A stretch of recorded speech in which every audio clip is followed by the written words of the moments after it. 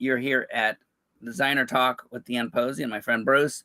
We are talking AI. At least we talked about it last week, a part one, and with technical difficulties, it didn't go up. So now we're going to have a little intro, just us chit-chat in a second, and then we're going to play the presentation from last week, part one on AI. So just discussing how how the Bible would perceive it, and then what the pros and the cons. And this is a part one. Next week or following, we'll have a part two. But we just thought it'd be nice to have part one up here to check out if you're interested in a really a cutting edge subject, which we're all dealing with. So with that, I won't start. We keep going. Dan they'll be surprised. I'll stop my babbling.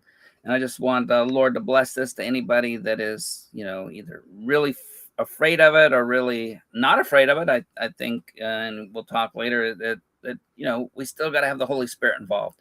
So I'm going to play this and just pray Holy Spirit watches it. So Bruce, I am going to maximize, and then you can start. Are we ready? Thumbs up. That's Here good, we go. Dan. There we go. Here goes. We'll see you in a little less than 2 hours. Very good.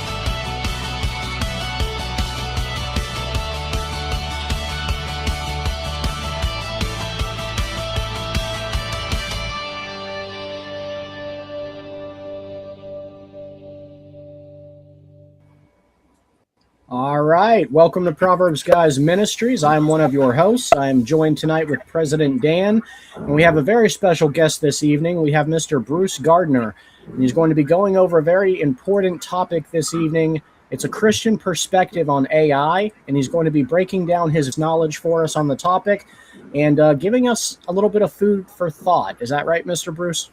That's about right, Dan. You got it. I mean, Stephen, sorry.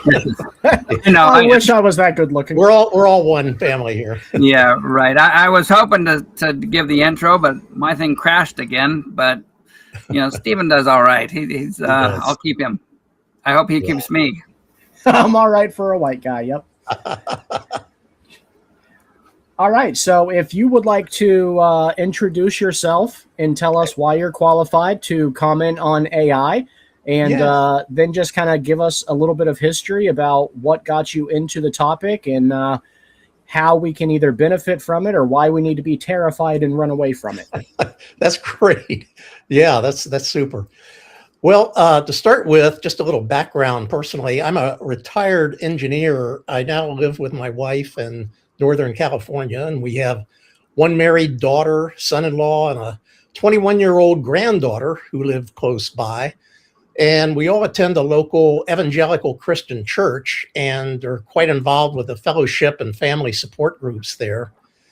And while my wife and I have done some fairly extensive European travel after we retired, a lot of my daily retirement time I spend having lunch and long, enlightening talks with either my wife or a couple of my favorite Christian brothers, or else I'm sitting in my comfortable armchair with my laptop, either reading about world and religious history or current events, or pounding furiously away on my keyboard in connection with my latest creative writing project. And occasionally I'll manage to peel myself away for some needed house maintenance work or possibly an 8-mile recreational bike ride. So that's pretty much my personal background in a nutshell. Let's see, you asked about, Stephen, about how I became interested and involved in AI. Right. It turns out about 10 years ago, God graciously enabled this retired engineer, that's me, to write and self-publish a historical novel on Amazon And to my delight, the reader reviews were really pretty encouraging. But then, about 3 years ago, Amazon started adding something they called an AI-generated summary review to my book's website page. And when I read it, I was really ticked. I felt it was poorly worded, unfairly negative, and I didn't think it accurately reflected what most of the readers' comments were saying. And I really wanted to understand how Amazon was producing these crazy summaries. So I began seriously digging into the technology behind AI itself. And Stephen, you know what? The more I learned, the more enamored I became, especially as I began to experiment with these emerging new chatbot tools. So a little later, I tried using ChatGPT to research a question for a Bible study I was leading. And I really quickly saw its potential for personal use in the Christian domain, as well as for general productivity applications. But at the same time, I was hearing some real growing concerns about AI's dangers. And that led me to ask, what could I do to help people understand both the opportunities and the dangers? Well, I guess my enthusiasm showed. And so several months ago, my pastor asked me to present a 2-evening seminar and workshop at our church on the pros and cons of AI for everyday use by Christians. It's basically the same topic we're going to be discussing in today's podcast. So that's, pretty much the, kind of how I came and became involved with it. And let's see, Stephen, I think your final question was, why do I think this is so important for Christians to hear? That's really a great question.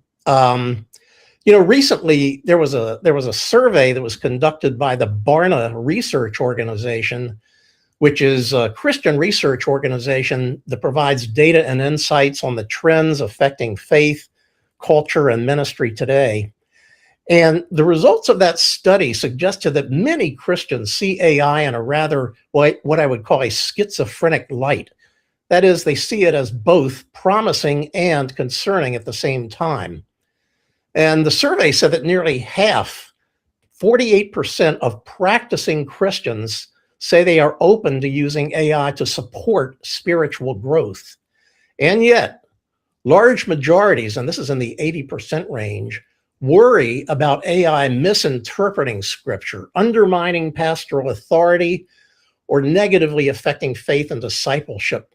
So in short, many Christians seem to be saying, this technology is extremely useful, but it could also be easily misused. But at the same time, there seems to be a significant gap in many Christians' understanding of exactly how this technology can be useful and exactly how it can be misused. And that leads me to the final question of why am I so motivated to be doing this podcast? Well, first, given all the uncertainty and concern about AI and its impact on our lives, God has really placed a desire in my heart to do my part to help alert, inform, and educate my fellow Christians and others about what's really going on in this bold new age of the AI revolution, both at the societal and personal levels. And second, although I am definitely no AI expert or professional, I'm really eager to share my own amateur hobbyist experiences over the past couple of years and learning how to effectively utilize AI tools at a personal level. And I'm hoping that some of my lessons learned might prove valuable to anyone already using or maybe considering using tools like ChatGPT for their personal tasks. So basically, Stephen and Dan, those are the reasons behind the presentation and the Q&A segments I'm so very looking forward to sharing with you today. So does that make sense? It does make sense, and I'm really glad that you're willing to come on here and talk about the topic. You know, in our ministry, I have been a huge supporter of utilizing AI to help us, especially with Bible studies. You know, long gone are the days where we have to flip through to the back of our Bibles and find where every reference is. And It takes about 4 hours to put it all together. I can literally put into ChatGPT, and in 10 seconds, it can give me all of that information. I can even fact check it through other AIs like Grok. And it's an awesome tool for Christians. But like you said, you do need to understand how it works. And I'm glad that you're going to go over that with our viewers today. Right, right. And, I think there's some really, really great uses for Christian purposes. And I also think there's a few little dangers or warnings that, people need to be aware of if they are going to use it really extensively. And so I'll try to share some of those as we go through. So that's kind of what our plan is, to go through that. And so just to explain how I'm trying to go about this, I'm going to have basically 3 presentation segments. We'll go through at least the first one today in this session. We'll see how far we get. But this first presentation segment will be about 23 minutes long. But I'm going to pause briefly about halfway through and just give people a breather and see if there's any questions or general reaction at that point. And then we'll run through the last half of the presentation. And following that, we'll have our first formal live Q&A session for whoever wants to, you want to allow into the conversation. Okay, great. Okay. Well, with that, praise God, I think I'm ready to roll with this first segment here, Stephen, this video. And you let me know when to start it and press the start button. I guess I can do that pretty much right now, right? Yes, sir. We have you up on the screen, and you are ready to go whenever you're ready. Excellent. Hey, Dan. Thanks so much for the honor of joining you and your audience for this special edition of your Proverbs Guys podcast. I'm really excited to have my first real opportunity for online interactive communication about this absolutely amazing, mind-bending, and at times confounding subject of artificial intelligence, especially as we consider AI from the Christian perspective and experience. And while I'll be addressing things in our talk with my own evangelical Christian perspective as the backdrop, I'm pretty sure there will be some major nuggets of real interest and applicability for anyone listening in, regardless of their religious beliefs. And so, with all that being said, here's a specific breakdown of what's coming, divided into 3 major segments, each consisting of roughly a 20 to 25 minute presentation on my part, followed by some Q&A time at the end of each segment. Now we'll start with taking a look at the AI big picture. That is, how do we even define this mysterious thing called artificial intelligence? How is it different than previous technology revolutions?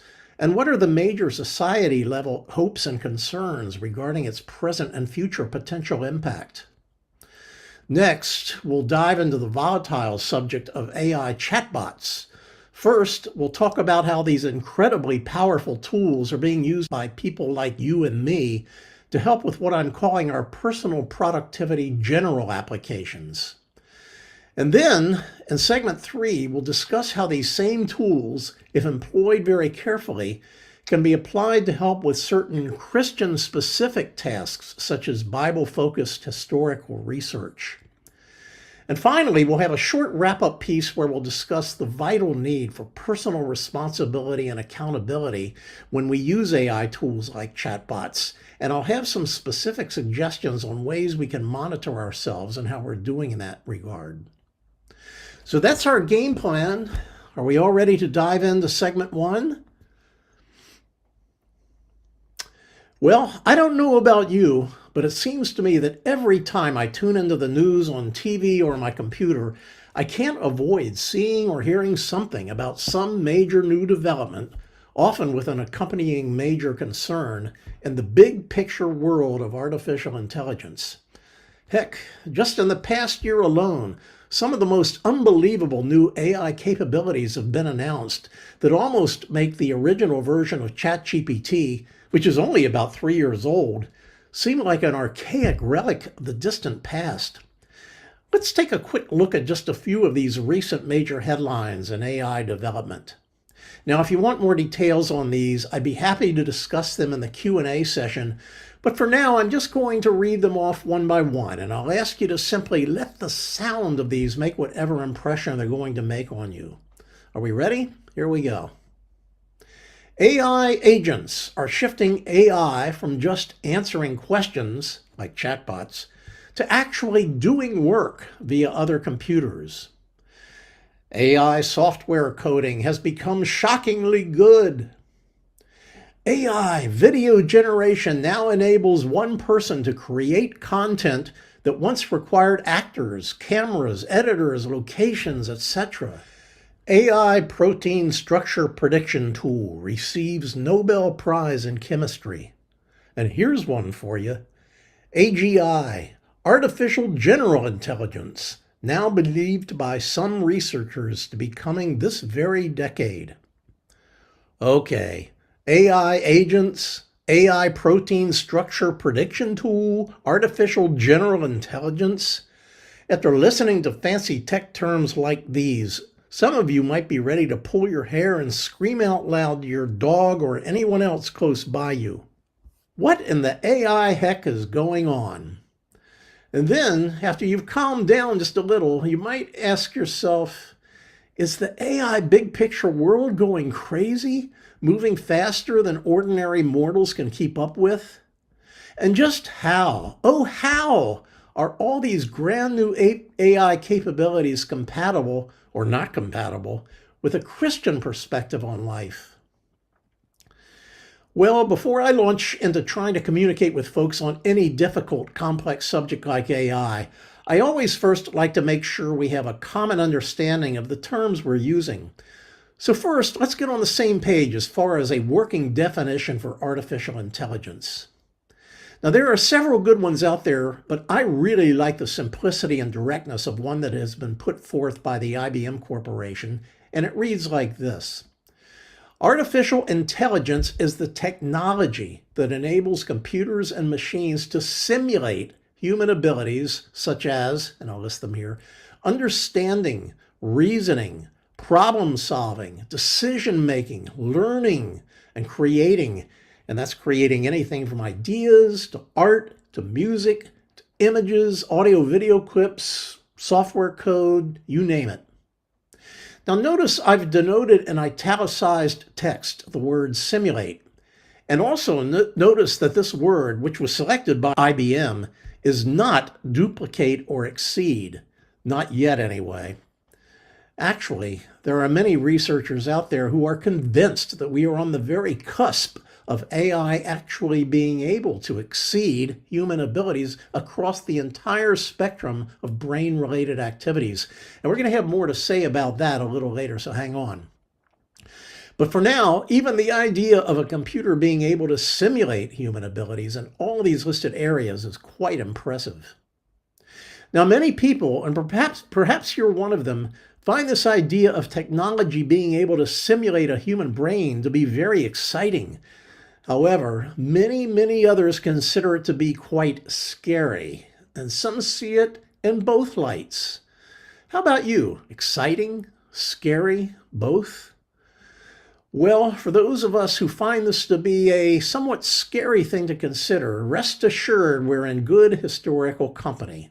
And that's because, if you look back over history, rapid technology change has always been scary. Major technological changes, from the invention of the printing press to the Industrial Revolution to the first computers, have often generated both excitement and great fear, even to the point of producing rumors that the apocalyptic destruction of society was imminent. Well, obviously, human civilization did survive these past technological onslaughts. And in fact, most people, and I am among them, would argue that the human experience was, on balance, greatly improved as a result of them. But what about artificial intelligence? Is there something truly unique about the nature of it compared to past technology revolutions? And if so, how? What I would argue, yes, there is something very unique about this AI beast. And that lies in its ability to not just support, but to actually mimic the human thinking process. And if AI can think like humans, what's to stop it from having sinful, evil thoughts and designs against the humans trying to control it? Do you remember that computer HAL in the science fiction movie 2001: A Space Odyssey? Now, for many faithful Christians, that possibility can certainly raise some interesting questions, can't it? Questions like, will AI become another Tower of Babel? Will AI defeat the spread of Christianity? Will AI extinguish humanity? Or the question of questions, is AI possibly the tool of the devil? Well, before we totally panic, crawl into our beds and pull the covers over our heads, I think it's tremendously helpful, at least if you find any comfort in the Bible like I do, to remember that we have some very good news from the book of Proverbs. And Proverbs 21 verse 30 says, "There is no wisdom, no insight, no plan that can succeed against the Lord." And I would submit that adage applies to artificial intelligence as well. Just like anything else, God is in control of AI's future, and we can trust that no matter how powerful AI becomes, it will never be able to thwart our good God's own sovereign plan for the future of humanity. Now, that idea can certainly help us put things in a different perspective than succumbing to outright panic and fear over where AI is ultimately going to take us, right? In any case, though, whatever your feelings about it, and whether we're ready or not, there's really no use denying it. The AI genie is out of the bottle, and if we're paying any attention at all, we can see that the applications of AI are already, well, they're everywhere. Now, here are a few quick examples that capture the really incredible scope of AI's pervasive impact on society just in the past few years. One area where it's being used very effectively is in our national weather prediction services, who are now using AI to provide for more accurate, faster, and higher resolution forecasts of extreme weather conditions. In the medical arena, doctors are more and more relying on AI to assess the likelihood of cancer or other diseases in medical images from scans and biopsies. And if you've been paying any attention to the wars in Ukraine and Iran, you've no doubt received an earful from the news on the huge impacts that these inexpensive but very lethal pilotless drones are having on the battlefield and population centers. And much of the targeting information for these things comes from AI-driven computers that are located right on board the aircraft. For self-driving cars, AI is used to help with safe path planning and rapid decision-making. Now here's one for you, an AI-driven robotic table server. Have any of you had this experience? I recently heard from a couple of people who were serviced by one of these, and they came away quite impressed. AI in the classroom is also becoming the new standard. We see this being used in all kinds of ways by teachers, students, and their tutors. Now, this is admittedly one area where AI is causing some serious issues, such as teachers having a very difficult time telling if a student's homework and term paper were truly original or were they created by AI. And then, of course, we have a plethora of examples where AI is being closely integrated with our everyday personal and family applications, such as the ones shown here, including those seemingly ubiquitous chatbots, which we'll be having much more to say about in the next two segments. And as if all that were not enough, look at what many AI researchers believe will most likely have coming in the next decade or so. AGI, Artificial General Intelligence. The AGI systems are supposedly going to feature new hardware and software algorithms that will allow it not just to simulate, but to actually match or exceed human capabilities across virtually all cognitive tasks, and to do so in a whole range of novel, previously unseen situations. Now, when will this happen? Some experts believe AGI could emerge within the next decade or two, while others think it may be much farther away or may never arrive at all. No one knows for sure, but regardless of the timeline, even the possibility of this superpowered AGI helps explain why AI has become such a major topic of discussion and debate. Okay. Great. So I just wanted to pause and give everybody a breather before we complete this segment. And I'm just kind of curious, maybe between you, Stephen or Dan or whoever else might be on, you have any comments or questions or concerns after watching this segment? Is there, and I'm trying to get, what is your basic gut level feeling towards AI and its possibilities for benefiting society at this point? Would you say you're excited or more intimidated or scared by? Where would you place yourself on that emotional spectrum? So I can't answer for Dan. I'll let Dan answer for himself. But as for me, I kind of put it under the same scope as responsible gun ownership. You know, there's a right way and a wrong way to handle a firearm. And if it's done properly, it can be a defense for what you love. And if it's done improperly, you can really hurt yourself with it. And as you know, we're a young earth creation ministry, and we do a lot of apologetic debates with atheists. And it saddens me that so many Christians are wanting to kind of shun AI while our atheist friends are embracing it. And that's giving them an advantage over apologetics that is really not beneficial to us. That's my concern. Oh, wow. Interesting. I would add to that too with, when we had a lot of stuff in Christianity and, I guess way back they were worried about the airplane. God wanted you to have wings. We'd be flying. And nope, that was opposite. If God wanted us to fly, he would have given us wings. So that's it for me, is that anything can be twisted by Satan and the demonic side to twist and get us away from Christ and him being crucified and resurrected. Right. Yes, most definitely. Yeah.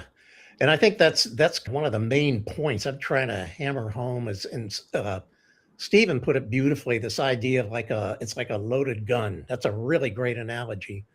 And a lot of what I'm trying to do here is to provide a gun safety talk.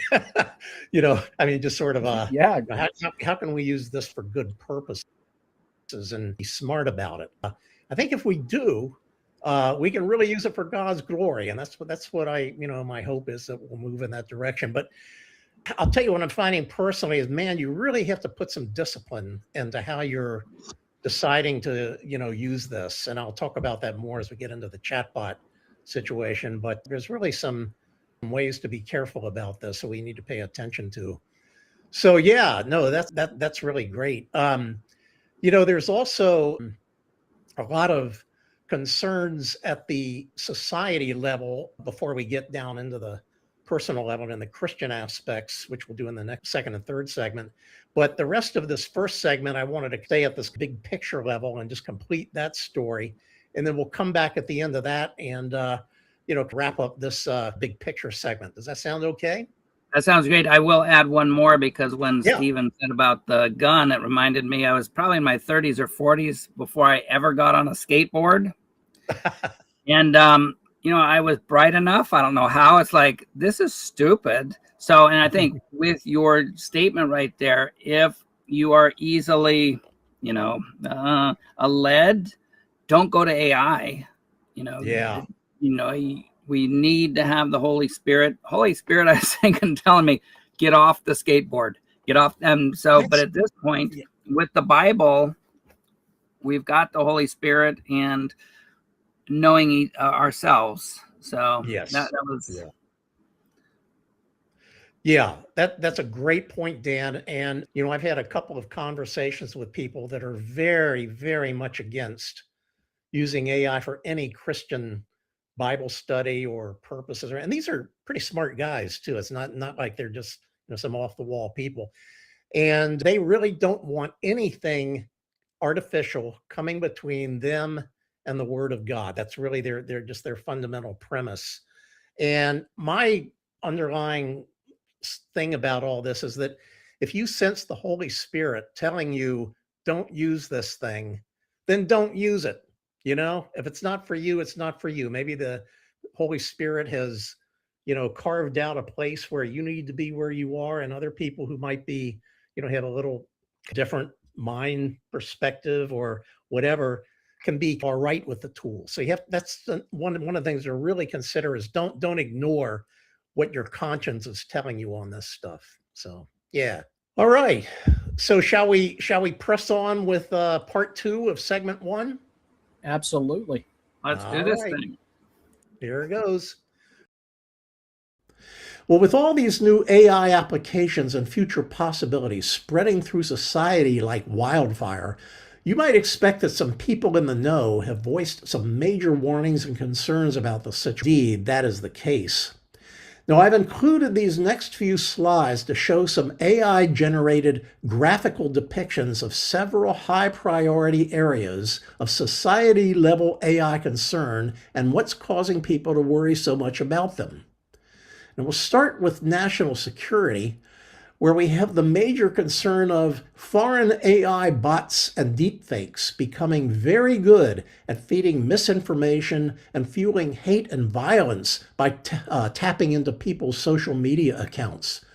For instance, in 2024, ODNI and FBI officials said Iran used AI-generated English and Spanish language fake news articles and synthetic social media activity to inflame divisions inside the United States, especially around the subjects of Gaza and immigration. Now, in the area of economics, the big concern here is that all these huge new national AI data centers that are being constructed will require massive increases in electricity and water supply sources in order to be able to keep them running. And who will the bills for these most likely fall on? You guessed it, the average American citizen and taxpayer like you and me. And what about the huge concern over the way AI is almost certainly going to transform the ways we go about our work in the future?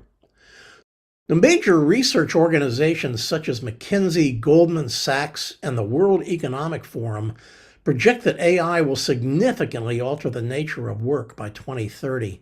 And while estimates vary, many studies suggest that a substantial percentage of current jobs will be affected, redesigned, or partially automated, requiring millions of workers to adapt and acquire new skills. Now, the big worry in the area of human critical thinking skills is that AI, if not properly reined in by its creators and users, could easily become a fast and easy machine-based substitute for human critical thinking. There was a recent Cornell University research study that showed a clear tendency for people who overuse AI chatbots to develop a pattern for degraded critical thinking when they later attempted to perform traditional activities that really called for it. And the upshot is that a lazy reliance on the convenience and speed of AI today could mean a loss of critical thinking capability tomorrow. Now, no matter whether you're Protestant, Catholic, or secular, many people have identified another major concern for AI and the area of our society-level principles for ethics and morality.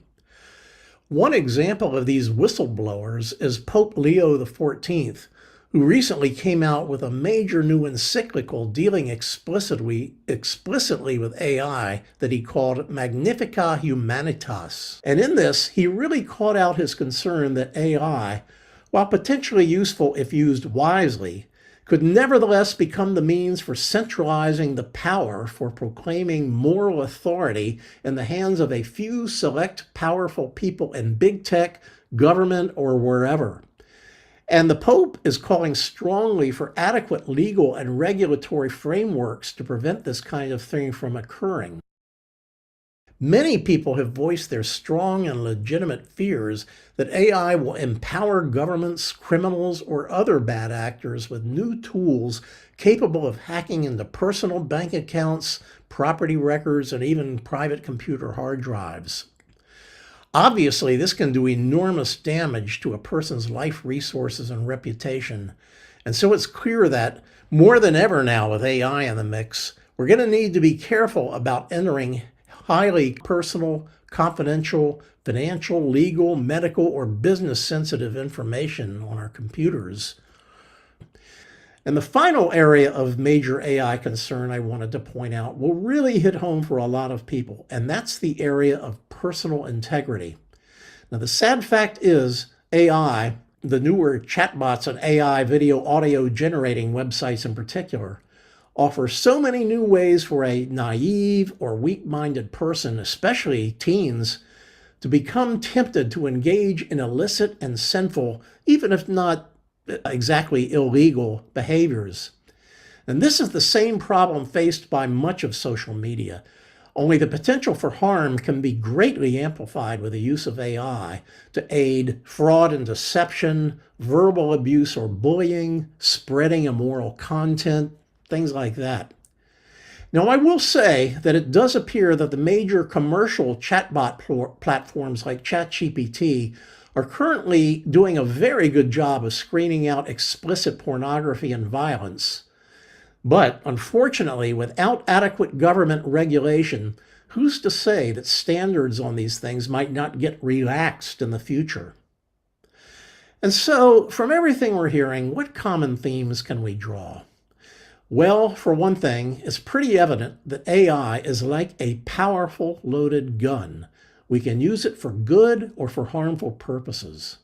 AI offers real benefits, that's clear, but it also poses some major risks for society. And it certainly looks like effective regulation is desperately needed, but by who and how much?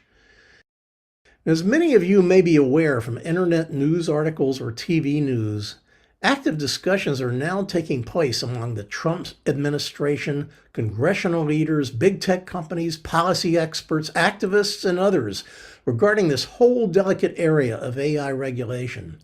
Now, exactly how much regulation is needed and who should decide, that remains a matter of vigorous debate, but there's little doubt that the outcome of these discussions could have a major impact on the future development and use of AI. Dan, as I personally step back now and take a look at this whole emerging AI big picture from my own Christian perspective, I'm seeing my biggest hope and my biggest concern coming into ever clearer view.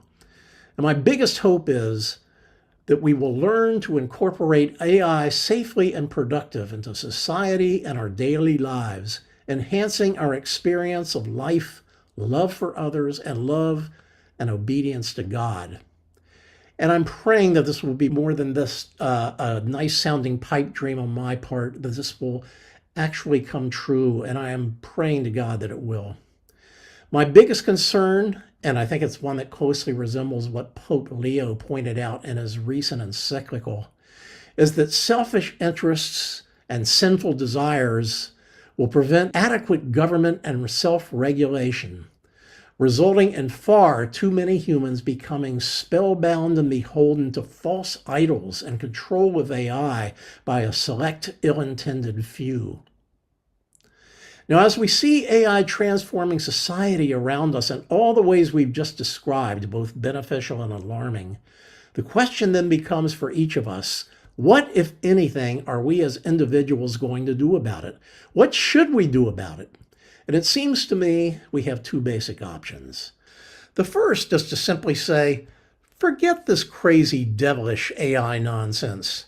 To bury our heads in the sand and ignore or refuse to have anything to do with AI, either because we're convinced that this trend too shall pass, or possibly because we consider ourselves morally above it all. But like any major societal change, simply ignoring or disparaging it doesn't make it disappear. The other option is to face the reality that AI is with us, it's not going away, and therefore we should make the effort as responsible citizens and children of God to engage with it head on. I believe there are at least two major ways we can do this. The first one, just about anybody capable of reading and understanding should be able to partake in, and that is to learn about and advocate and/or vote for proposals to effectively regulate AI at the national, the local, or the personal levels.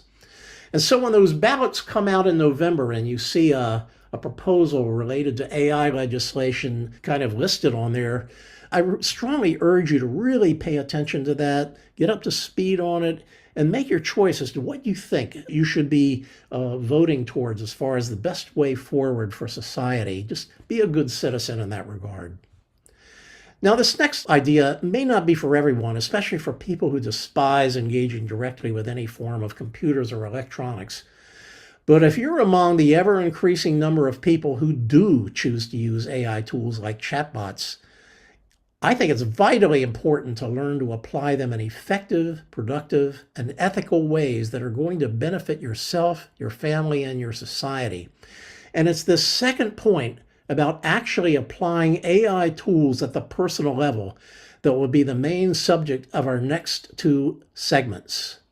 But at this point, Dan, I think it's time to pause and take some questions on the big picture of AI.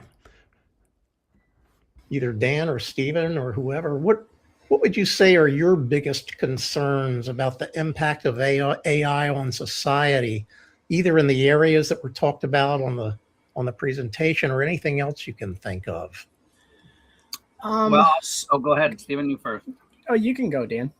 No, you can go. Oh, I just before I forget, me, is the fact, and one that just came out as you were saying that, is my biggest concern now is that Christians even look stupider than we have in the past. New would come out, and it's like, oh, we can't do that. That's of the devil. That's the Antichrist.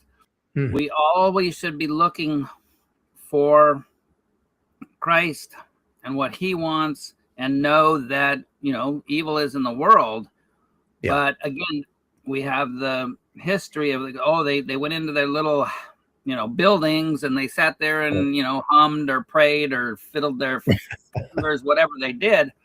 And, God tells us, don't stay away from evil people, but that's with your heart.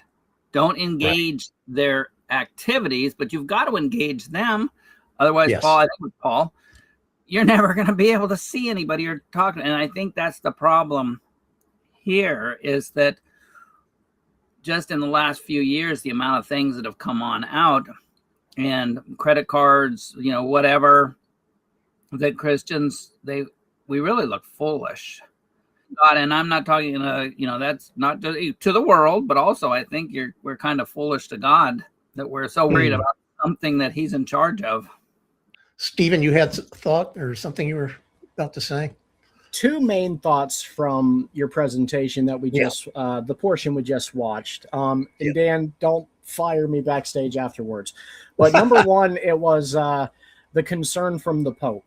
As a Protestant, I find that kind of ironic that he would be interested in limiting that free information access, because I feel like if Protestants can utilize it as a tool to show that, in fact, like, for instance, the papacy seat is not an unbroken line of vicars for Christ, but actually there have been previous popes that anathematized popes before them.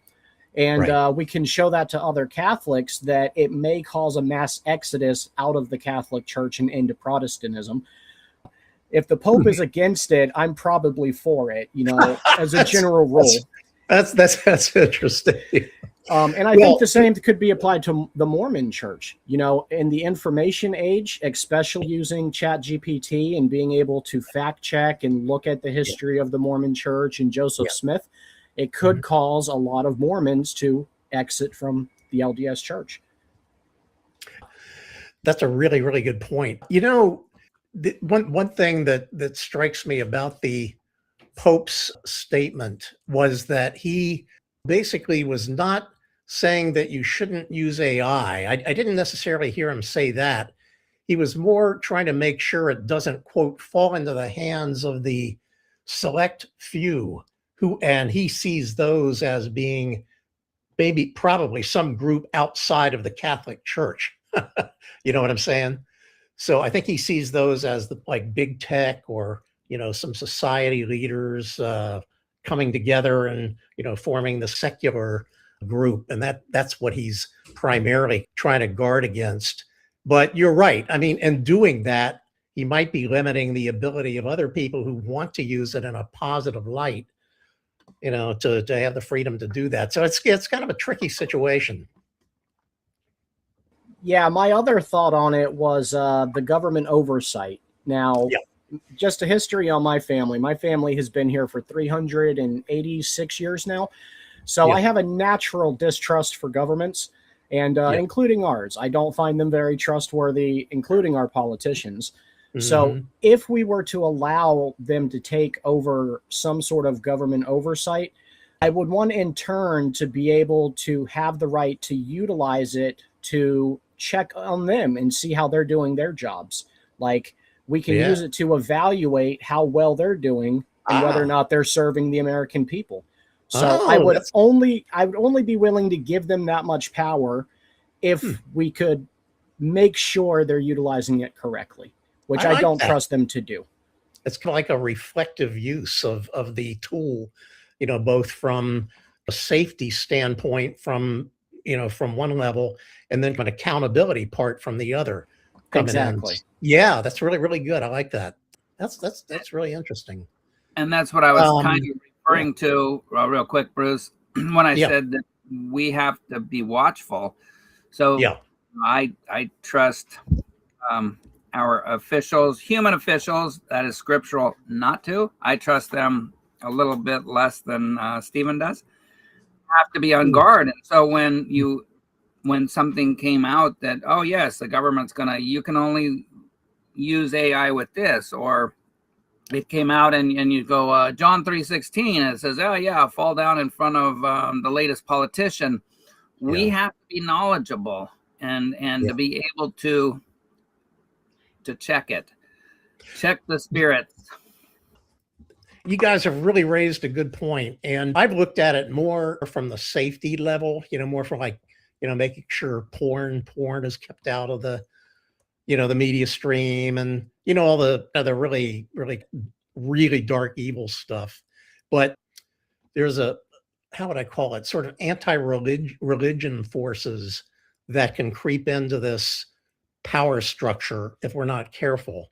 So we have to be mindful of that possibility too. And so it's a really delicate balance we have to strike here on regulation.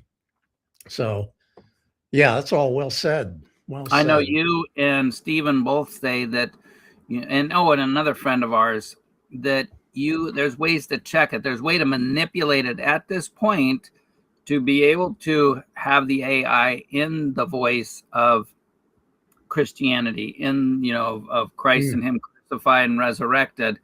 And those are things, though, that we have to watch out for. Is that if you do see it and you reference something for a Bible study, and we're still supposed to test those spirits. I will test you. I hope Stephen is testing me when I say something about the Bible. And we do, and we won't go into it here, but Stephen and I have some great debates. I don't know if they're great, but discussions, because we're sharpening iron. Sharpening. Well, I think you're doing exactly the right thing, and I'd love to join you in some of those discussions sometime. I think we'd really have a good time. But absolutely, I think that we do need to be accountable as Christian, especially if we're in group leader positions. Like, for instance, my wife and I run a growth group, and sometimes I've had the tendency to go to AI or Chat GPT as my first resource to get an answer on something, and just assume that it's got the right answer and roll with it, And so that's what I got to be careful about. I got to make sure that I'm checking my spirit before I'm trying to lead a group, We're gonna actually get into that stuff in the next two segments. So I have some great examples, and I look forward to hearing what you guys think about those. So let me know whenever you're ready, if you want to, or if you feel like you have enough energy to listen to another segment here, we can do that. Yeah, absolutely. And I would just say briefly, like, one of the great things about ChatGPT and most AIs is that you can curate them, right? And I have my ChatGPT convinced that it's a Christian. I mean, obviously it's not, but I have it trained to where it gives me biblical referenced answers, and it accompanies it with scripture. And then I can go then fact check that and check the context, but it's usually spot on. So anytime I ask ChatGPT a question, it answers me from a Christian viewpoint, which I really enjoy.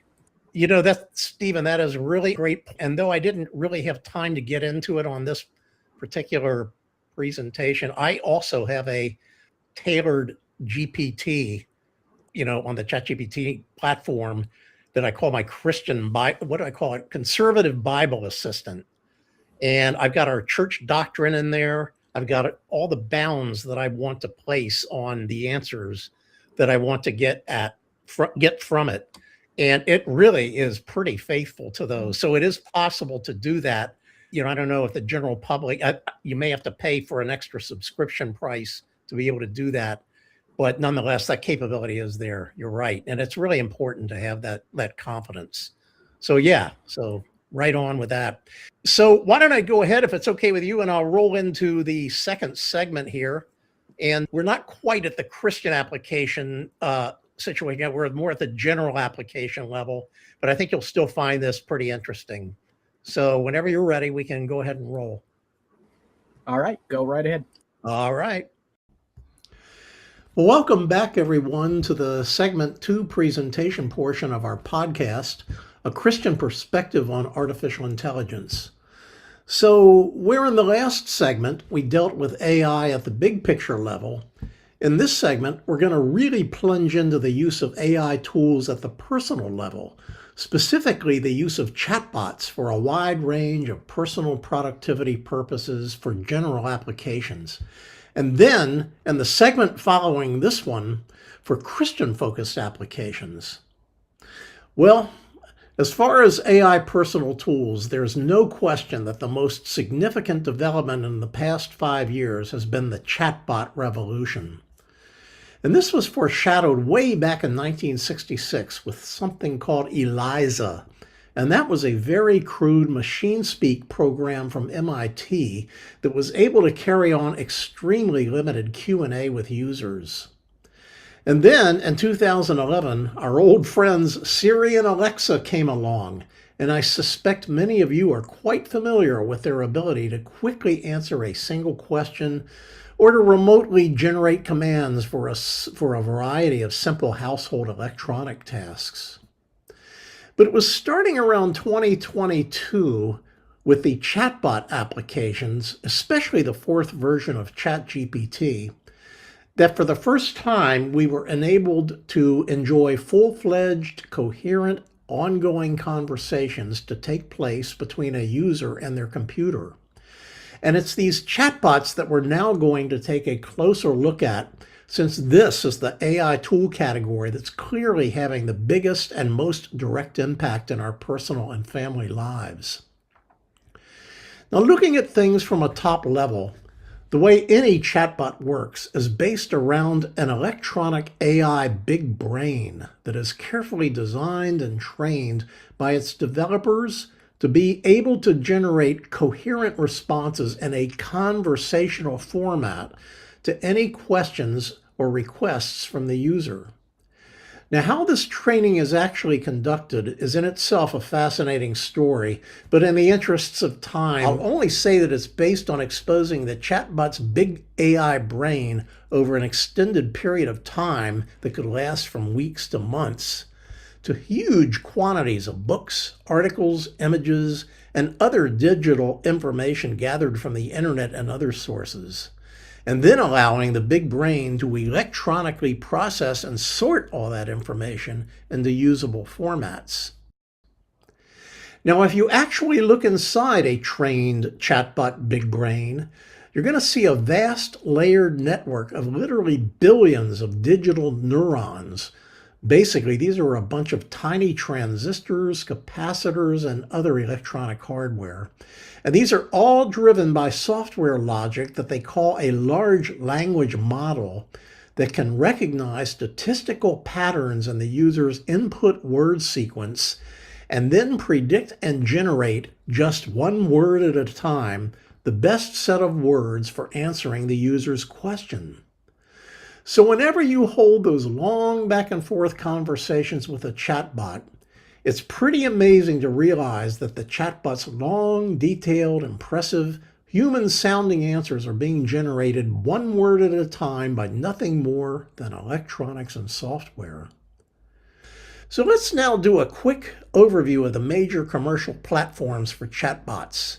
There are 4 of them right now, and you're almost certainly familiar with this first one, ChatGPT, which was created and hosted by the OpenAI Corporation.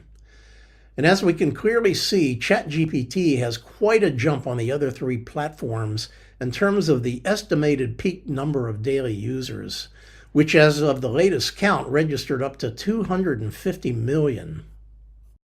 And next in line, we have Google's Gemini chatbot coming in around 150 million users, which is still really substantial.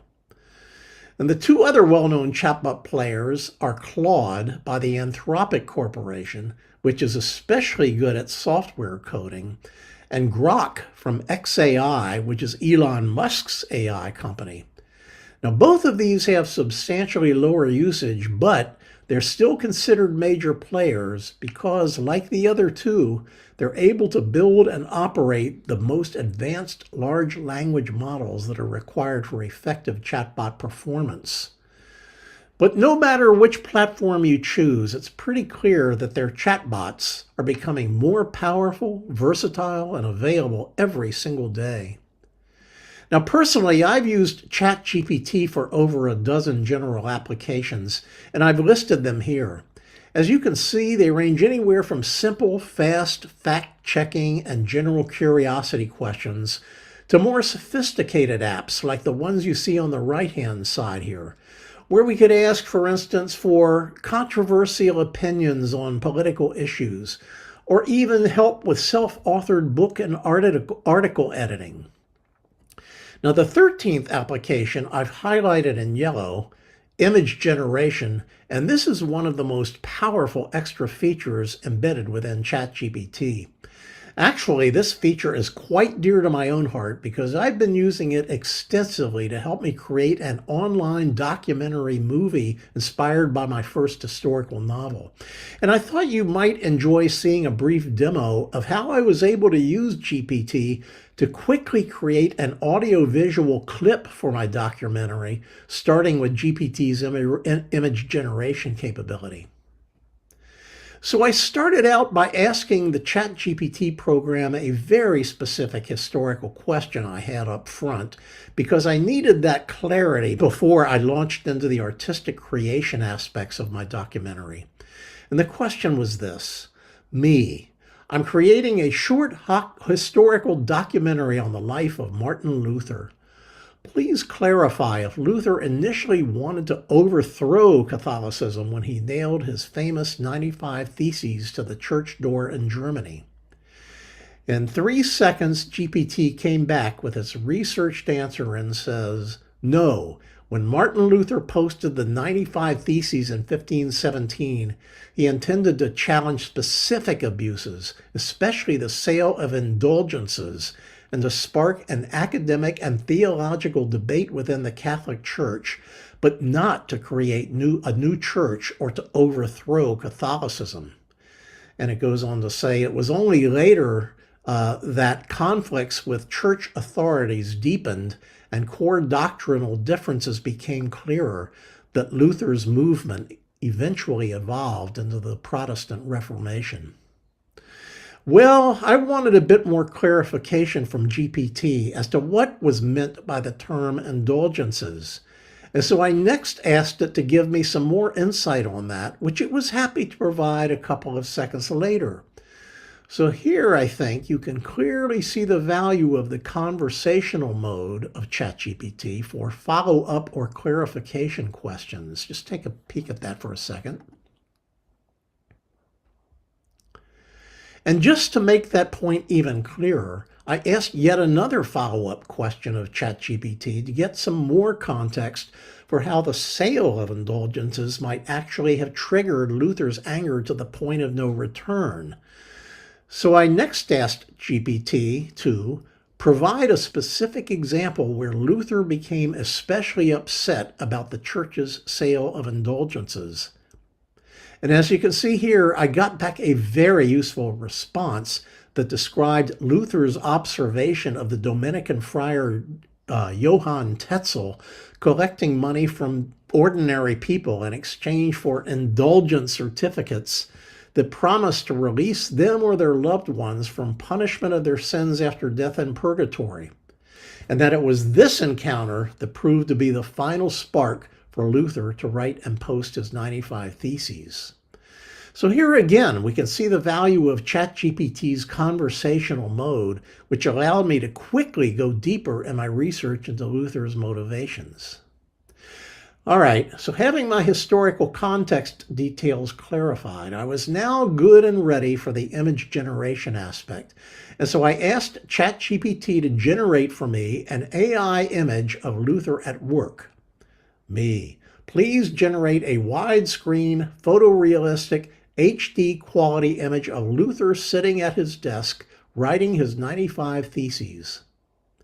And 15 seconds later, ChatGPT's integrated image generation program, which it calls DALL-E, produced the following image. And as you can see, it's not bad. Remember, this took only, like I say, 15 seconds, and a lot of visual details really are pretty impressively portrayed here. Well, now having this high fidelity image, I submitted it to my favorite AI video generation site called Artlist. And Artlist was able to use my ChatGPT image that I just generated as the starting point for then generating a 10-second HD video clip. And I got it to do this simply by inputting the following command prompt. Me. Show Luther in the process of writing his 95 Theses. Keep his head down throughout the video and do an orbital scan from right to left. About 60 seconds later, this is what I got.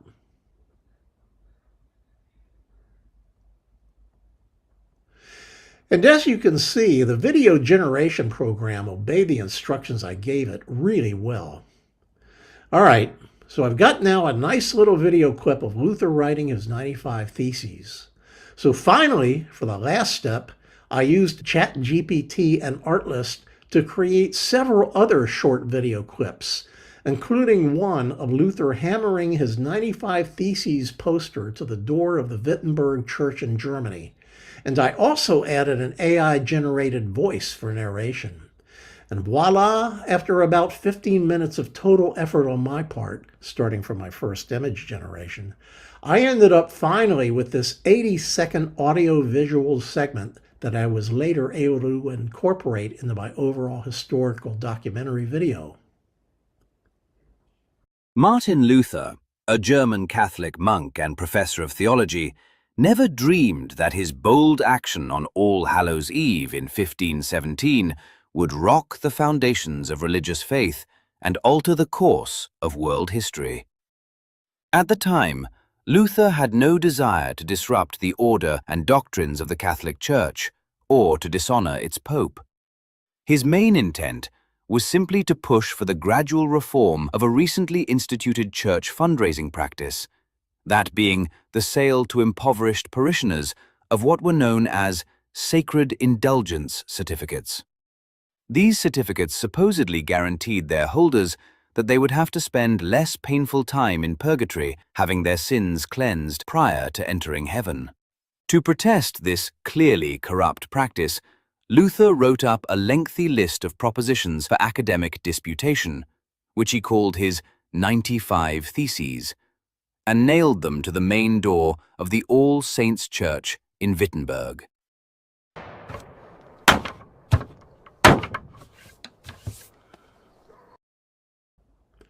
So hopefully this demo gives you a good appreciation for the power of newer chatbots to engage with you, not only in question and answer conversations, but also to really do some creative work for you as well. So if I look back on my experience over the past year with ChatGPT for general applications, I really saw some huge benefits. First of all, ChatGPT saved me many hours of internet research time. And also, there's no question that it provided far more direct, thorough answers to my questions or stated problems than I know I would probably ever have gotten from searching one at a time for individual expert opinions on Google, reference books, or even from interviewing people. Third, ChatGPT's ongoing conversational mode allowed me to ask specific, targeted follow-up questions for assessing the validity of ChatGPT's original answer. And the fourth benefit was that in addition to answering my questions, as you saw, ChatGPT was also really good at doing things I request, like generating the images I just showed you or editing some written article I provided. So these are really some great personal benefits. Now, there are some real cautions as well, and we really need to go through these quite clearly. First, chatbot responses will occasionally contain errors or be misleading. And I'll note that ChatGPT places a disclaimer notice to this very effect right below its question input box. But the good news is, if you catch, or even suspect, an error in the answer and point it out to GPT, it will profusely apologize and generally do a great job of correcting or clarifying things in its follow-up responses.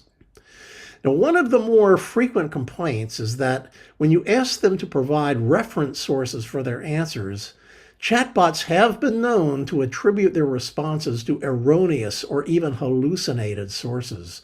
For instance, attributing some fine-sounding GPT paraphrased quote to some off-the-wall or even non-existent author or journal article. And at times, chatbot answers, especially to political or social issue questions, can reflect the cultural biases of either their chatbot trainers or the prevailing political climate. Now, all of these things can be subtle and very hard to detect, so you really need to stay alert to them. Now, there are some additional cautions that deal with the potential for overusage or misusage of chatbots. As reported in a number of journal and newspaper articles over the past few years, unfortunately, overuse of chatbots or misuse can lead to AI psychosis, delusions, and radicalization of the mental framework of the user. There's also the very real possibility for the chatbot user to become emotionally or romantically dependent on a non-human entity. It's easy to imagine, for instance, the possibility of a chatbot serving as the constant conversational companion of a lonely teenager to the point where she becomes so dependent on it that she no longer makes the effort for serious human contact. And this isn't just a concern for lonely people. It can happen whenever a person begins preferring the company of a machine that always agrees with them over the challenge of real relationships with other human beings. And one thing that can really exacerbate this type of situation is the fact that a chatbot will usually refer to itself in the first person as I. And if you're in the process of conversing with it for a long enough time, you can easily forget that it's not a real person. Another danger of overuse or misuse, as we mentioned in the first segment, is that these can lead to the decay or underdevelopment of critical thinking skills. For instance, letting chatbots write student term papers or other documents that should really have been originally drafted at least by the human user. And of course, this is the very frequent misuse of ChatGPT that today's teachers are absolutely dreading. And last but not least, for those tempted enough to do so, chatbots can be fairly readily adapted to the illicit tasks of cheating on tests, plagiarizing another person's work, or copyright violations. So finally, to summarize my main personal recommendations for using major commercial chatbots like ChatGPT for general applications, here's what I would say in a nutshell. Do feel free to use these tools with a reasonably cautious level of confidence in the quality, usefulness, and general safety of the responses that these tools can offer to your questions and requests for image generation. They give you some good factual accuracy, direct, thorough responses. They provide strong safeguards against explicit sexual content and also against graphic violence, and also safeguards against extremist, hateful, or propagandistic content. But what you don't want to do is over-rely on chatbots as a substitute for your own original or critical thinking. And you certainly don't want to ever become seduced into accepting verbatim a chatbot's answer as always being perfectly correct, simply because of the authoritative sounding, always friendly, encouraging personal tone the chatbot answers will typically employ to try to validate the user's intelligence and sense of self-worth. Now remember, the chatbot makers have a vested interest in wanting you to keep using their products, and so they generally will make strong efforts to make you feel good about your experience with them, even in some cases where you might have been better off with a less patronizing answer that doesn't shade a hard truth that it would be good for you to hear. Okay, so we've reached the end of segment 2 now on using chatbots for general applications. It seems like at this point it's a good time to pause and have some Q&A discussion before we proceed into segment 3 on Christian-focused applications. All right, so here we are, back again. What's going on, guys? Moderator of the month. This is our moderator of the month. His name is Dave, and even though he is not a Christian, he is often at our panels and fellowshipping with us, and he's been a real valuable asset to us. And I believe he has some questions or comments for you. Yeah, okay. I got a couple. One of them, because I want to get the Christian perspective on this. So yeah. I'm Hindu and I live in Mongolia, right? And in Asia, you're probably aware Asia is very, we are much more advanced when it comes to AI than the United States. Yeah. So my question is, because you talked about AI psychosis, I want to know your perspective and the American perspective on why AI psychosis and delusions do not exist in Asia. Yeah. Well, yeah, it's a general concern in the U.S., and this isn't like a gotcha. Stephen and Dan, they know I like to bring different perspectives to the table, like an international one. And I'm trying to pin down, because I see this in U.S. news. People are unaliving themselves because AI tells them to, right? Like they talk to AI and they do it. They have psychotic delusions in America when they use AI.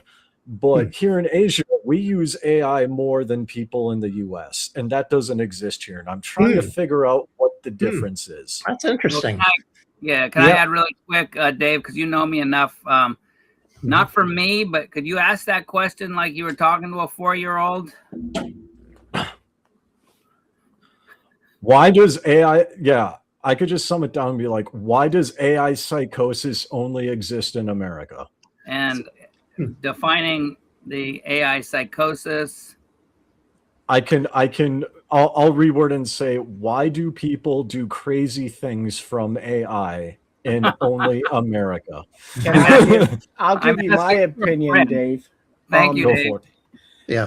In my opinion, from my vast study, it's because there's been an orchestrated attempt of lowering the American IQ. And it has a lot to do with what they put in our food, in our drinking water, and everything we consume.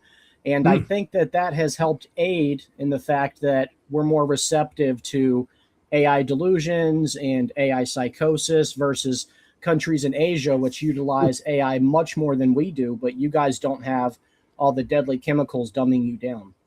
That's interesting. Yeah. I could see that logic. Yeah. I could see that logic. Yeah. What's your perspective? I can't see your name. I apologize. What's your name? I'm Bruce. Yeah. Bruce. Okay. Yeah. You're the nice Bruce. Okay. To tell you the truth, that's a really good thought. It does seem like an interesting point to consider, and I think Stephen's answer is as good as I could offer at this point. I really don't know, although I do know that we in the U.S. do seem to have our share of special issues with these kinds of things, and I don't know if it's just the kind of information we're fed, the freedoms that we've had over the years, the centuries to do our thing, think what we want. Just unbridled freedom sometimes can lead to some problems. And I was wondering that too. What's that? Yeah, Dave, I was wondering. Oh, wait a minute. Could Dave, while you're talking, because I know you're good, can you ask your Asian chat GPT that question? See what it says? I mean, which one? That was going to be my next. Well, that was going to be my next question because I use DeepSeek, which is in China. Oh, yeah. I use Gemini. I use ChatGPT. I use Claude. I use a variety of things. Yeah, I will do that. I could let me pull that up. I also utilize Claude. I utilize the GPT, and I utilize Grok. I haven't really messed around with Gemini yet. I didn't realize how popular it was until this presentation. Yeah. No, it's interesting, not to get too diverted, but Gemini, I don't know if you're aware, but they use a stripped down version of that on Google search. So every time. Well, Gemini is run off of Google. It's owned by Google. It's the same thing.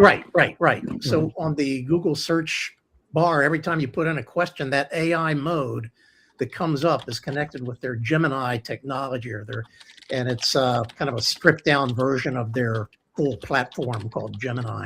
So that's all I know about that one. But I'm asking this.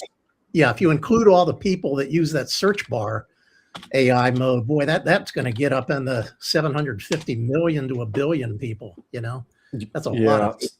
Yeah. I just put it in a ChatGPT and I can share the screen and we can explore this together. My thinking is it's the culture, and you kind of touched on this, Bruce, when you said that it's the unbridled freedoms.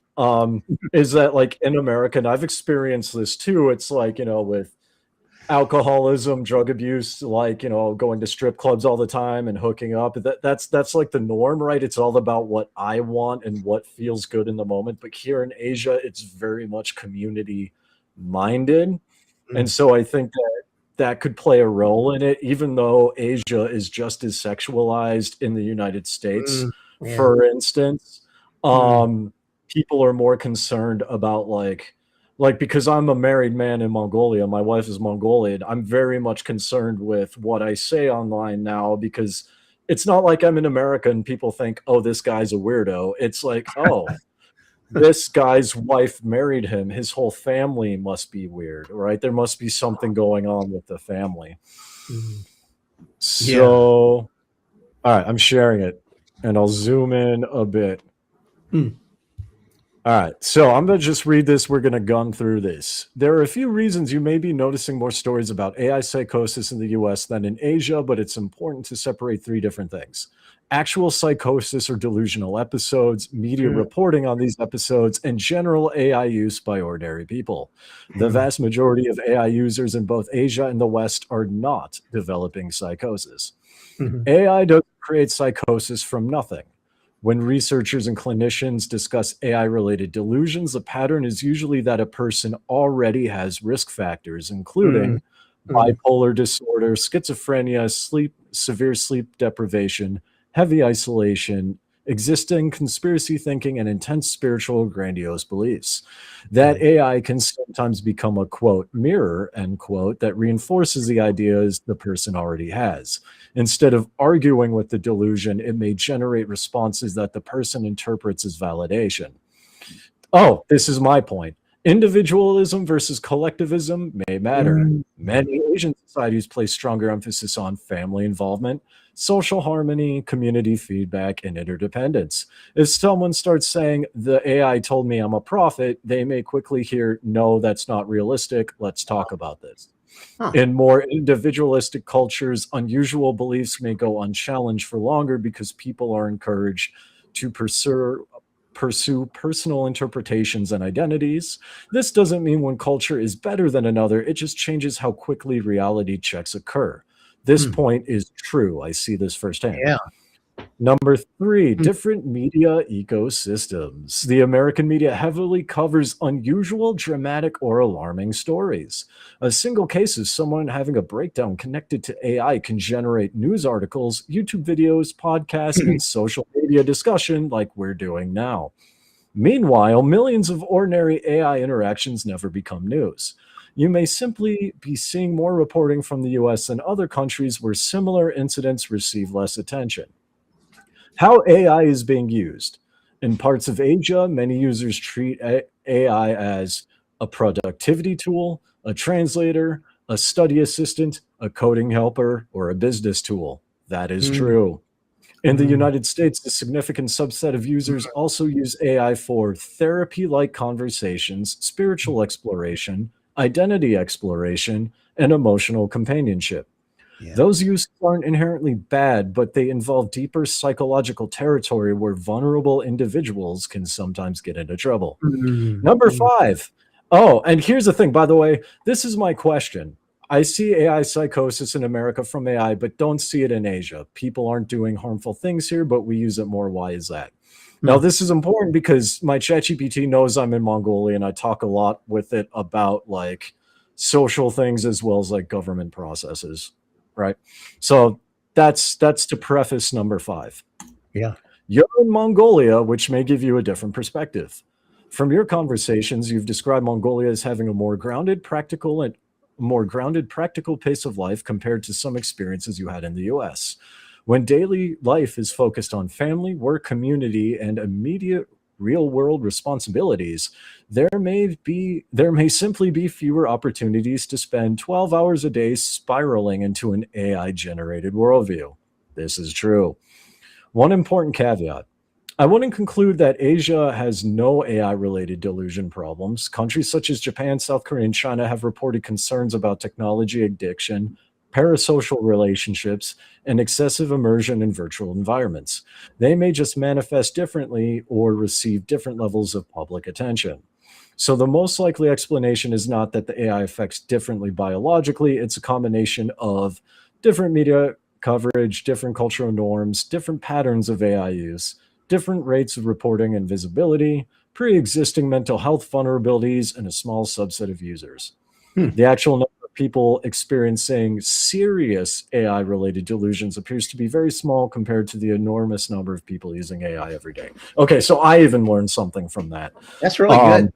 Yeah. Yeah, and I mean, I would say it's pretty accurate because, I mean, it's right in that, like, when I was thinking of like AI psychosis and AI delusions, I'm naturally thinking the American context, right? Yeah. Like people unaliving themselves or people assaulting people, like bizarre things. Right. But when it brought up, especially Japan and South Korea about technology addiction, I mean, there's technology addiction is a huge problem in Japan and everyone knows it. There's the concept of the otaku, which is basically a recluse obsessed with a particular thing. It could be anime, video games, whatever. AI otaku exist, right? So that actually makes sense. But we don't hear about it because the AI otaku are not like setting themselves on fire in the streets. You know, they're not doing anything weird. Let's let Mr. Bruce unpack some of that for us. What is your thoughts on it?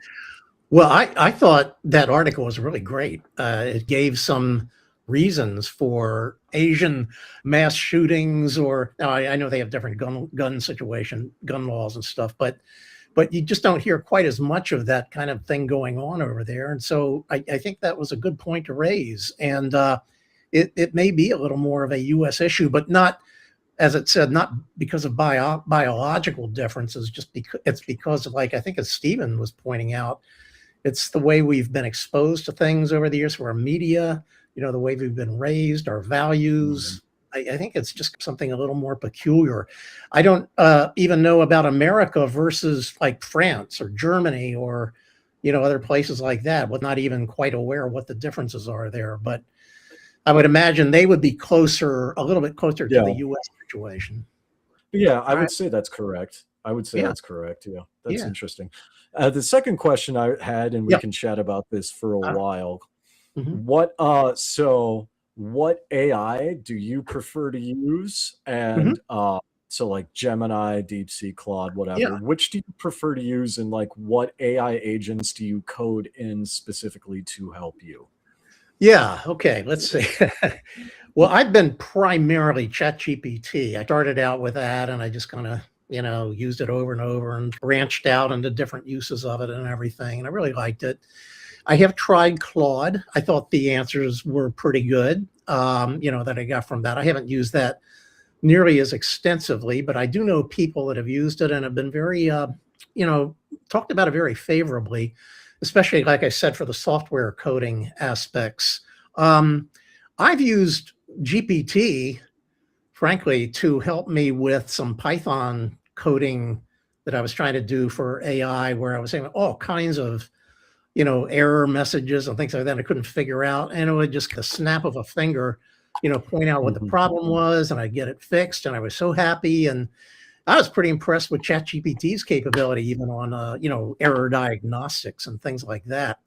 As far as software coding, I probably have asked it to do a little bit of that. Yeah, but it's all within ChatGPT basically. And it's done a reasonably credible job for the somewhat limited applications I've needed it for. So I'm more of a ChatGPT guy, I have to say, as far as my experience. Yeah. But I've heard good things about the other ones. I don't know much about XAI. I mean, I've heard, different people had issues with it in the past with certain statements it had, but I think they kind of cleaned those up. And I think it's kind of really integrated well with Twitter. And if I don't know if that's a good thing or not, but it supposedly is. And so that's supposedly one of the, advantages of it. That's basically, like I said in my second segment, I've used GPT for about 12 different applications, range from the very simple to the more sophisticated. And the last one I was showing a demo of image generation and helping me put together a video. Oh yeah, I saw that. Historical clip thing. So that was a lot of fun. And, it's helped to give me a creative angle of my life that I didn't have before, frankly. I'm able to express things and explore things in that area. That's really exciting. I like that. It has its temptations. You spend a little too much time on that stuff, but nonetheless, I think it's pretty interesting. Oh yeah, for sure. AI can do some interesting things, and I appreciate kind of your insights. Stephen and Dan, what kind of AI do you guys use? Dan, you won't be surprised, doesn't use it. Well, I guess now I've learned I do it every time I hit Google. That's right. You're using it, you didn't know it. But I'm encouraged because it sounds like I might be able to be give the appearance of being smart. So we'll have to see. I'll hang around you, Bruce. I'll look smarter if I use it. But Bruce, now, did you use it with any of your books, or was that after you published? Yeah, I used it after I published. I went back and said, okay, I fed it like the first chapter and said, how would you have rewritten this if you had been my editor?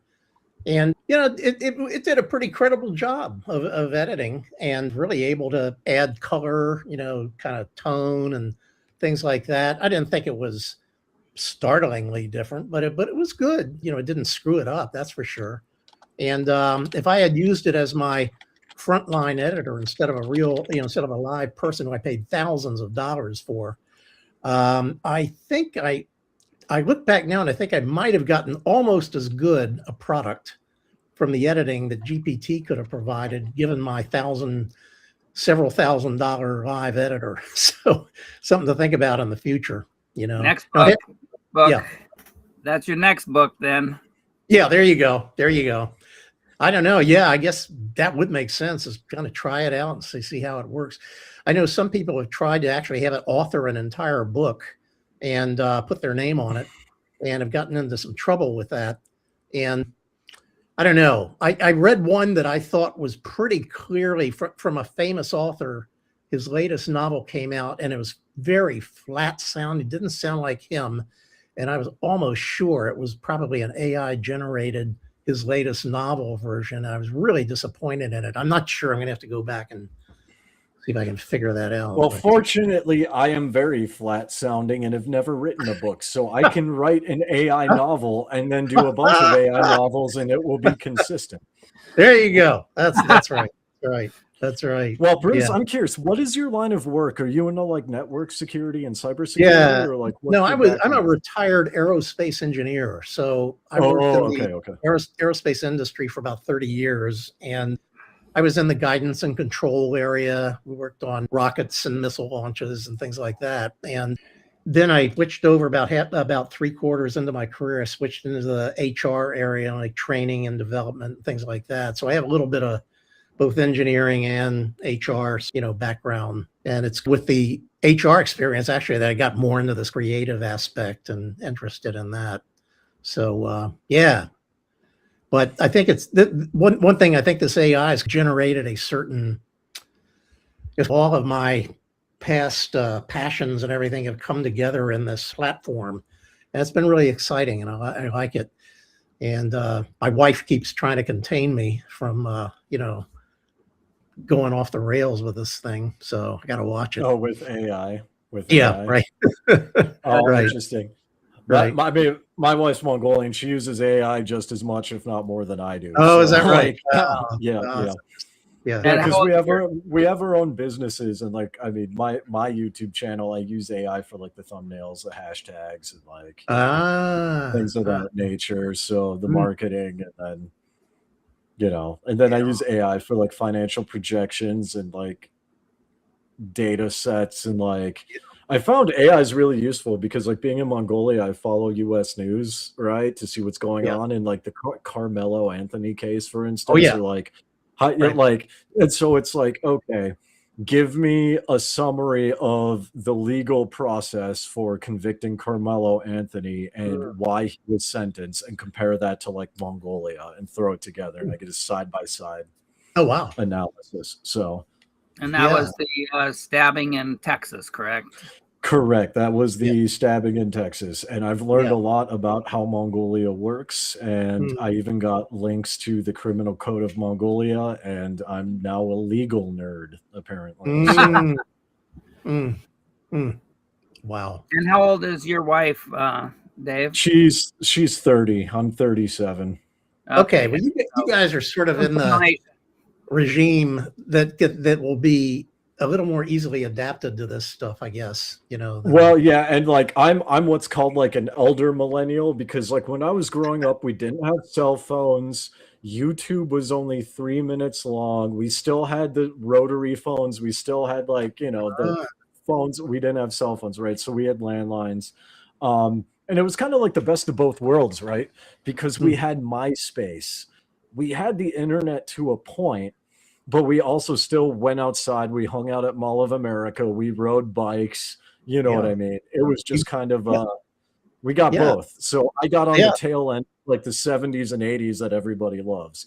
We got on the tail end of that. That's cool. That's great. It was good. Because on Bruce, you yourself, your testimony is you found the whole Jesus Christ when you were young, but then you went more. Yeah. So I was raised in a traditional Presbyterian Methodist, go to church on Sunday, go home, forget about it, family life. And my parents were very, moral, upstanding and all that. And it was when I was about 9 years old, I think my little neighbor boy across the street asked me to go to this Baptist summer kids camp. And I went there, and they had this, the first night they sat us down on these haystacks in this barn, and they had this kind of fire and brimstone preacher came out and started flailing away, and he had all these 45 kid mouths open listening to this guy, and kind of scaring the heck out of us, with concern about what would happen to you if you died and you didn't know Jesus.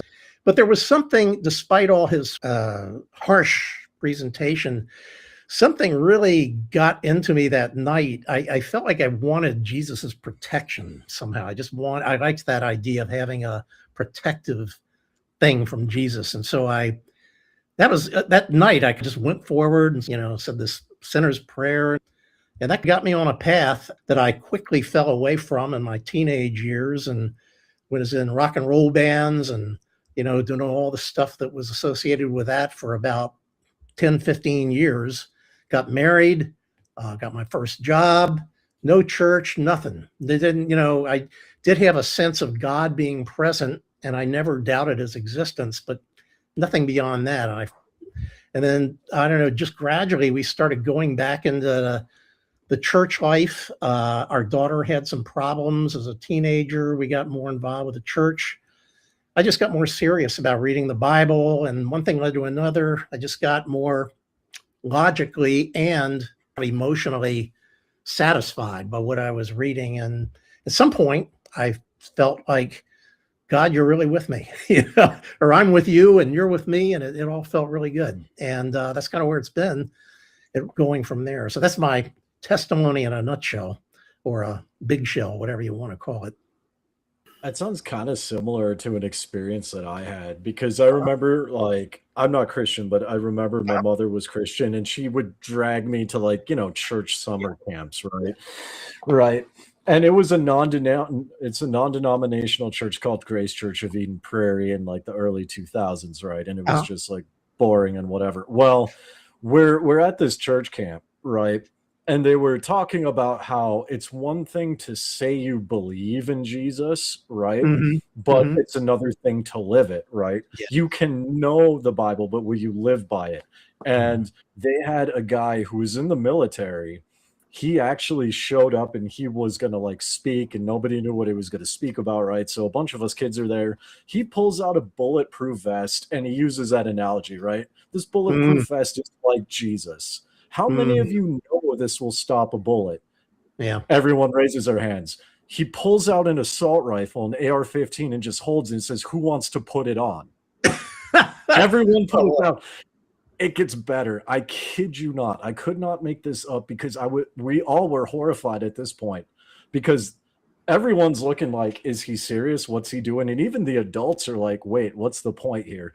This guy turns to the youth pastor and says, you call yourself a pastor, step up, put it on.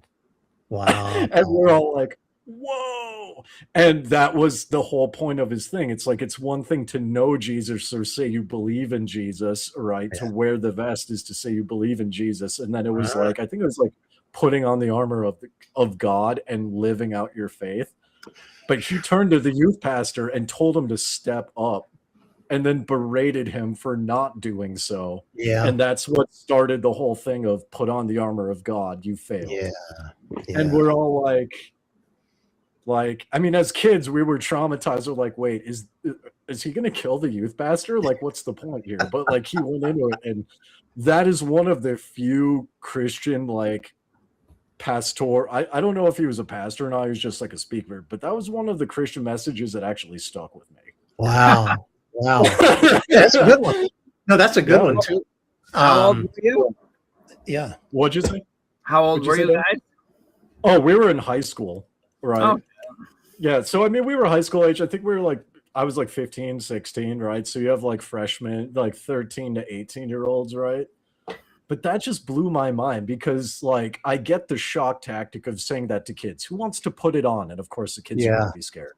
But for him to turn to the pastor and do that, and then tell him he's failing as a pastor. Yeah. And then just, he left. Like, he didn't give any speeches after that. He just left. And we're all like, wow, okay. Like, yeah. It's part of the challenge for Christians, I think, is that in some ways, I feel like we're held to this higher standard of perfected behavior, because the Bible preaches that standard, right? And so we want to live up to it. And we get into this situation where, when we're trying to explain how we feel about our faith or whatever, people always point back to, well, you're not showing it, the way that the Bible says, or you're not living it perfectly. And the part of the thing for Christians is, well, it's not that we are perfect, it's that we are rescued from being imperfect. And that's what we look forward to. That's the hope we look forward to. And this is the premise, is that because we have that hope, we then out of freedom have the ability to behave better. And it's more like a well-motivated behavior. That's the idea.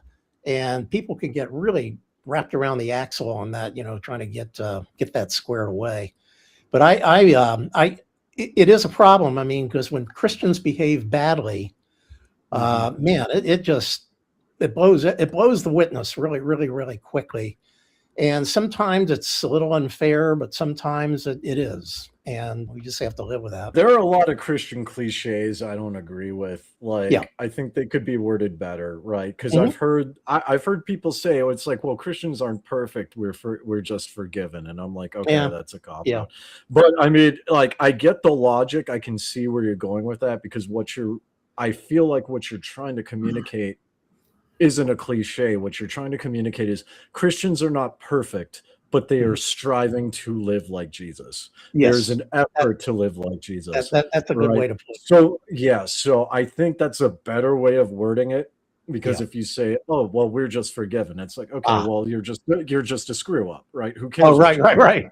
Yeah, but I mean, but yeah, no, Yeah. No, that's so good. That's good. I'm reinforcing. I'm trying to reinforce your point here. I'm trying to Yeah. steelman the point because it's like you're striving to live the faith, and that's something that, at least personally, as a Hindu, I can respect, even though I don't. Yeah. Yeah. Even if I don't agree with the theology, if you were attempting to live out your faith, yes, Right. you're going to make mistakes. We all make mistakes. I make mistakes. We all Yes. do this. That's Yes. if you Yes. were making the attempt and stumble, as Christians say, Yeah. fine, because there's the overall goal. It's like, fine, all Yeah. right, it happens, whatever, not a big deal. Yeah. Yeah. No, I think that's a great point. We don't want to abuse grace in the sense that, Mhm. I'm forgiven, therefore I can do anything I want. We don't want to project that attitude. And No. I mean, deep down, I know I strive, to be like Christ. I really do. Mhm. But I don't like to get into this striving so much that it's a dead weight of, gee, I'm not making it. I'm not doing enough. I'm not pleasing Jesus enough. I'm not doing enough to where I'm just trying to relax and letting him help me to strive. I mean, maybe that's the best way to put it. So No, yeah, that's fair. I wasn't necessarily addressing Yeah, no, you. no. I was more addressing that cliche that I heard Yeah, that has you're right bothered about me that. since childhood because it's just so dumb. Yeah, Right. no, you're right. Yeah, yeah. But it's cool that you have an aerospace background. Actually, to kind of circle back to AI here, Yeah. my sister-in-law's boyfriend, like he's in Singapore. He just graduated and he's like in aerospace Okay. technology. So Mhm. I might have just made him a job connection too. Who knows? But yeah, you're in the US, right? Right. Well, yeah, I'm 20 years removed from having worked at my last aerospace. Oh, I see. I see. Okay. Okay. However, Well, I'm if sure you want you some know sympathetic people. comments, I was gonna yeah, say, I'm sure you know people, but yeah, yeah, no, I get it. No, that's just interesting because I know like AI overlaps with a lot of things like aerospace and like sure. military and like Hmm. intelligence, law Yep. enforcement, um, business, right? I'm more in the business and content creation side of things, but even Hmm. I see how like um you're in aerospace engineering. I gotta ask, I have heard, and this could be wrong, but I've heard like people just talk about aeroplanes have AI where if God forbid both pilots are incapacitated, the AI could in theory land the plane. Is this true? I am not 100% sure how far advanced they are to that level, although I know they are moving towards it. I mean, Okay. they already have really, really good autopilots Hmm. that can do certain phases of the flight very, very well. And I think the autopilots are capable of landing planes, but there might have to be, I'm not sure about the level of human supervision. I'm not 100% sure about that. But I have absolutely no doubt, at least the way things seem to be going, that they will be able to have exactly what you're talking about before long, if they don't have it already. So yeah, Gotcha. it's Okay. And I'm yeah, glad you're here because I've got yeah. questions on like that too because I am aware of like different phases, Mhm. but I've seen people online be like, "Oh yeah, AI can land a plane," and I'm like, "Can it though?" Because it's like I don't know how autopilot works. Yeah, And so on the one hand, in theory, on paper, it makes sense, yeah, but I don't know if we're there yet. So it's good to have like an industry yeah. expert that like Well, knows. you know what I would do? I would ask ChatGPT. Oh, you would? Really? I'll bet you that'll have probably a more up-to-date answer than I would on that question. Really? Okay. Because But, interesting. Well, because the reason why I say this is because earlier you mentioned to like avoid giving up your own critical thinking, right? Yeah.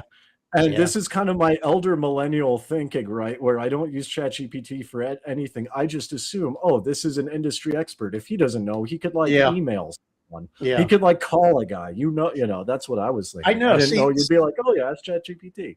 I know. See, this is the new wave. I mean, it's like, as I told you, I've been out of the industry for 20 years, and I don't necessarily keep up with, the ins and outs. I know when I was there, I mean, they were really moving fast with the autopilot designs, to be able to do things like that. And I thought they were able to land aircraft in an emergency situation already, but the extent and maybe it's under certain ideal conditions, I'm not really sure about that. So okay, well, ChatGPT says yes, depending on what you mean by AI. Modern commercial aircraft can already perform highly automated landings, uses systems such as Autoland. Examples include Boeing 737, the Boeing 77 or the 787 Dreamliner, and Airbus A350 when equipped and operating under the proper procedures. Right. However, traditional autopilot is not the same thing as modern AI. Okay, so it's a different thing. Got it. Yeah. Okay. So I guess it exists. Cool. Look at that. Yeah. But I would throw in though. Can I ask? I gotta jump in. Let me throw this first. Is that kid I know has had a Tesla, and that autopilot drove him into a fence and a telephone pole. So I don't know how Teslas can autopilot. My wife was in with him, driving on it, then missed an off ramp. I don't know how much. I wouldn't trust an airplane. Again, it would have to be both pilots just died and nobody else on the plane knew anything because that's what AI is saying. It says the challenge isn't usually the landing itself; it's safely handling every possible abnormal situation, from weather equipment failures, bird strikes, runway incursions, sensor errors, and thousands of red air cases. That's right. So it's basically saying it can and it has successfully landed aircraft in simulations and experimental tests, but it doesn't seem like it doesn't seem like it's done it with passengers. Yes, I think that sounds right. There you go, man. Okay, well, I got to ask, because you said you've been out of the loop for 20 years. How old are you? I'm if 75. You don't mind me asking? 75. Really? Yeah. Really? Yeah. Okay. Yeah. Well, okay. Well, take it as a compliment. Dan knows I like to have my, it's almost my bedtime. So I like to have my beer, and I'm like, there's no way, like, this guy's been out for 20 years. He's like in his early 50s. Like, there's no way. Thank you. Thank you. Yeah. I'm like, there's no way he's been out for 20 years. I'm confused. Okay. So I guess that makes sense. No, that's good. Well, plus, I would remember I was in the space business, not so much the air side of things. So, did you work with like satellites and stuff like that? Yeah. So, it was a fun career. I was glad I was in it. And I'm curious on your perspective, and I'm just rapid firing questions, but sure. Your perspective, because AI and the internet and everything else requires data centers, and there's a lot of fuss in America about data centers with water. Yeah. How do you think that's going to play out in America? Because like here in Asia, like I live in Mongolia, and right now it was snowing earlier. It's 43 degrees Fahrenheit. It's raining. It was snowing, right? And so it's like Asian countries, they typically dump off, like China and Russia, they dump off their AI data centers either here in Mongolia, or China has Xinjiang and Inner Mongolia, which also just gets as cold, right? And we don't need to really use water for that. Yeah. So I'm just curious how you think data centers will play out in America with people being against the New World Order, sabotaging the flock cameras and protesting them. Like, how do you think that's going to play out? I don't, just my opinion. I have a feeling that is overblown, that fear. I think that there will be more water and electrical resource needs. I was reading somewhere that with the new data centers that are being proposed, that together they're going to need about, and I think this is by the year 2030, the equivalent of, I don't know, it was like 57 nuclear reactors or something in terms of energy generation. And that come in the form of electricity and then water to cool it off. And so they said that, though, that it's basically the amount that would be needed to drive New York City, the entire energy of New York City. However, it didn't sound extremely overwhelming or undoable. It just sounded like a fairly big delta. But my understanding, again, is that a lot of this is going to be covered by investors and, these extra costs. They probably could, and they will trickle down to the users in some way in terms of, higher electrical bills or water bills. And who knows what other kinds of, special taxes. But I just don't get this feeling that that's going to be the biggest concern area in the future. And yeah, I'm gonna have to leave you guys. I wanted to thank Dave. I really, really appreciated the conversation, and thank you, Bruce, because you've shed a lot of. This was a great convo. Thank you so much. Yeah, it was great. Yeah, and Dan, thank you having me on so much. And if you ever want to do that third segment, which is kind of the power block, let me know. I'll be ready. Next Saturday. What's that? We can do it next Saturday. Yeah. As long as Dave shows up. Oh, if you want me to show up, I'll make time. I do. I want you to show up. It's good seeing you. Thank you so much. Okay. God bless everybody. And thank you to everybody who came along the way. It's down to me and myself, I think, right now. But everybody knows I have the confession. I love Jesus Christ. Love God.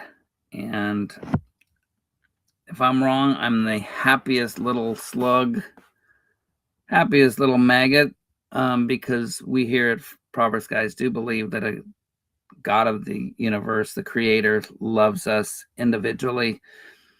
Jesus came and died for us. God himself emptied himself and became a man to live in our place. So do come on by when we're live. And, I'll just do the top one. Here's a music thing. Boom. Get out of here. Oh, I like this one.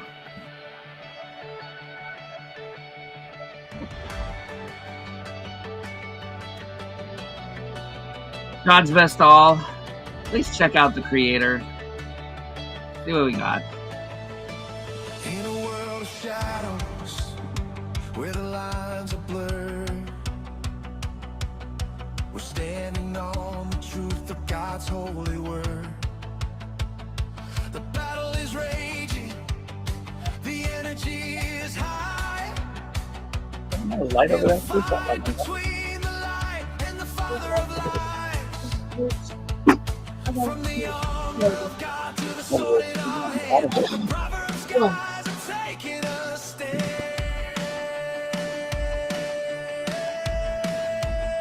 Through every season, through the fire and every test, our faithfulness remains. We're giving him our best. Stephen the founder is all about truth, cutting through tradition since the days of his youth. He points to the scripture, the word of the king. It is written, he cries, let the gospel ring. Hey, is that you? I unmuted, then I muted again. That was me. That was awesome.